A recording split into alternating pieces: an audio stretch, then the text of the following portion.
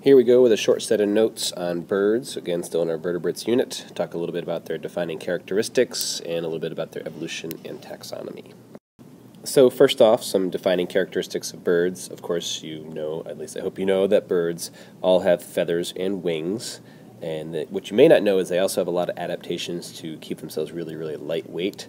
Probably the best one is they have a very lightweight skeleton because they have hollow bones. You can see this is a bird bone over here with lots of space in it compared to a mammalian bone, very dense. Right? So this obviously is going to save a lot of weight. They also have some other weight-saving measures, like they only have one kidney instead of two, and they actually don't even have a bladder. They just kind of like let fly wherever. So all those things work to save weight, and this of course helps with flight. So all the adaptations on this list that you see that have these asterisks and are in italics, those are all going to be characteristics that are specifically for flight.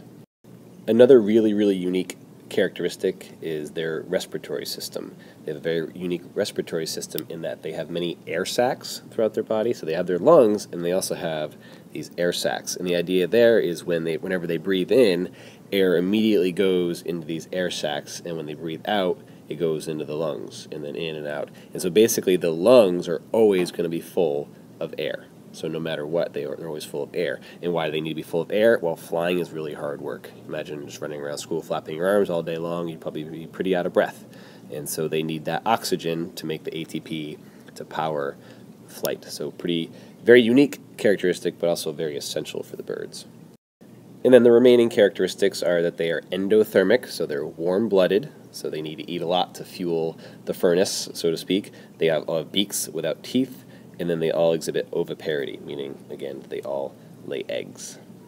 A little bit about the bird taxonomy. Again, remember they're phylum Chordata, subphylum Vertebrata, class Aves, means it's Latin for birds, and it's a very, very large group. There are 29 orders of birds and more than 10,000 species. And so I put up here just a bunch of the different types of birds and their names. You don't really need to know all these. I just think it's kind of cool to see all the different types. You got the falcons, and you got these ostriches and kiwis and other interesting birds that are kind of similar.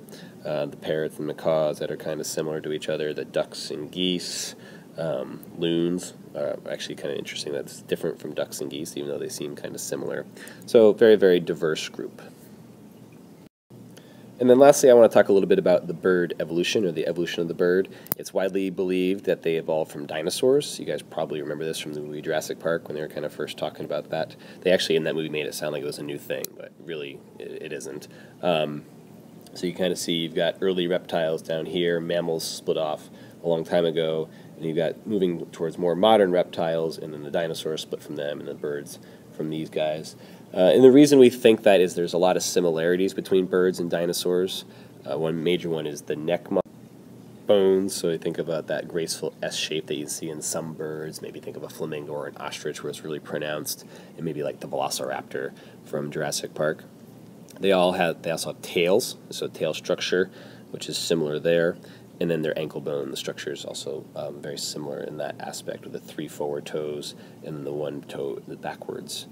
And then also there's kind of some competing hypotheses about flight. There's the ground-up hypothesis that maybe animals or the early reptiles or early dinosaurs were running and kind of figured out how to glide, maybe like a flying fish, and eventually flight took off from there. And then some people say, no, it's more like gliding. Maybe they climbed up in the trees and sort of like flying squirrels, jumped really far from tree to tree and developed structure to help them glide. There's a lot of competing evidence against the two theories, but it's still kind of in flux, kind of that nature of science thing. We always talk about how science is always changing, so this is just one more example of that. With that, we're done with that short set of notes on birds.